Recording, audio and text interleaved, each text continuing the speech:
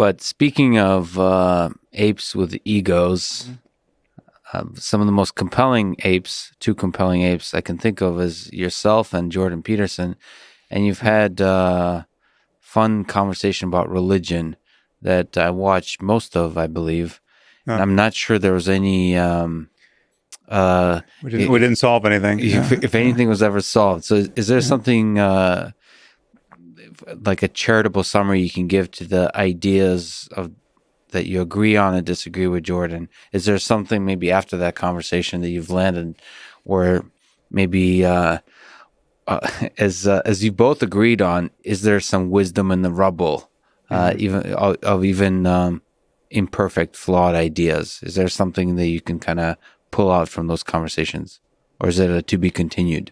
I mean, I think where we disagree. So he thinks that many of our traditional religious beliefs and frameworks are holding such a repository of human wisdom that we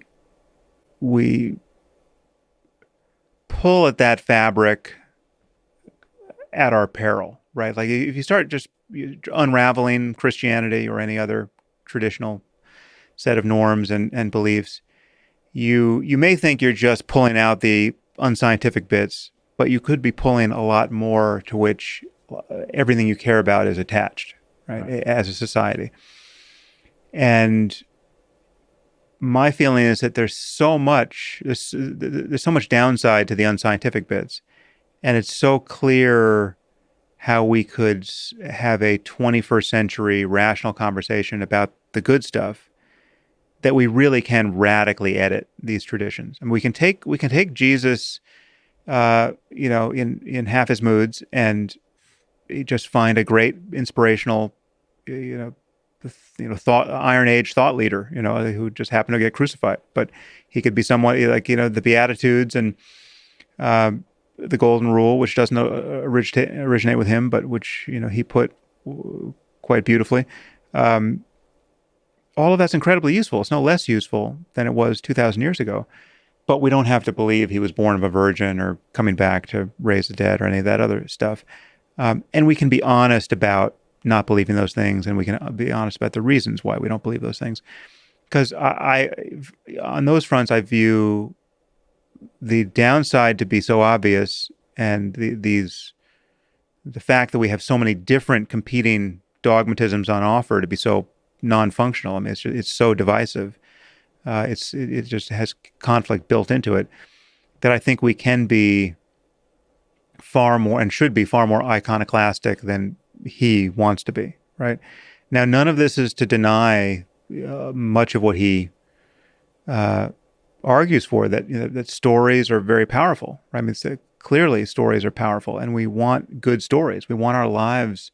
We want to have a conversation with ourselves and with one another about our lives that facilitates the best possible lives. And story is part of that, right? And if you want some of those stories to sound like myths, that might be part of it, right? But my argument is that we never really need to deceive ourselves or our children about what we have every reason to believe is true in order to get at the good stuff, in order to organize our lives well. I certainly don't feel that I need to do it personally. And if I don't need to do it personally, why would I think that billions of other people need to do it personally? Right now, there is a cynical counterargument, which is billions of other people don't have the advantages that I have had in my life. The billions of other people are not as well educated. They haven't had the same opportunities. They need to be told that Jesus is going to solve all their problems after they die, say, or that everything happens for a reason, and if you just believe in the secret, if you just visualize what you want, you're going to get it. And it's like there's some measure of what I consider to be odious pablum that really is food for the better part of humanity, and there is no substitute for it, or there's no substitute now. And I don't know if Jordan would agree with that, but he much of what he says seems to suggest that he would agree with it. And And I guess that's an empirical question. I mean, that's just that we don't know whether, given a different set of norms and a different set of stories, people would behave the way I would hope they would behave and be aligned, more aligned than they are now. I think we know what happens when you just let ancient religious certainties go uncriticized. We know what that world's like. We've been struggling to get out of that world for a couple of hundred years, but we know what, having Europe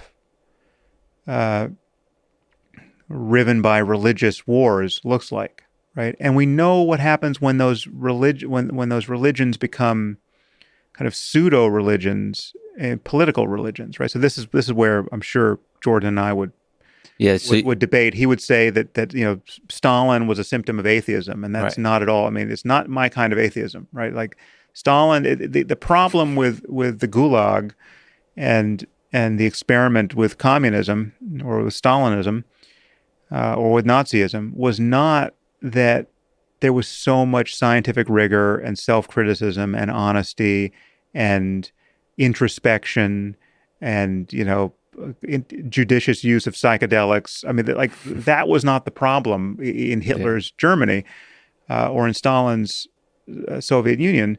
The problem was you have other ideas that capture a similar kind of mob-based dogmatic energy. Mm-hmm. And, yes, that's the results of all of that are predictably murderous. Well, the question is, what is the source of the most viral and sticky stories that ultimately lead to a positive outcome? So communism was, I mean, having grown up in the Soviet Union, even still, having relatives in Russia, there's a stickiness to the nationalism and to the ideologies of communism that religious or not. You could say it's religious fervor. I could just say it's viral. It's great. It's stories that are viral and sticky. I'm using the most horrible words, but the question is whether science and reason can generate viral, sticky stories that give meaning to people's lives. In your sense, as it does. Well, whatever is true ultimately should be captivating, right? It's like what's more captivating than whatever is real, right? Now it's because reality is, again, we're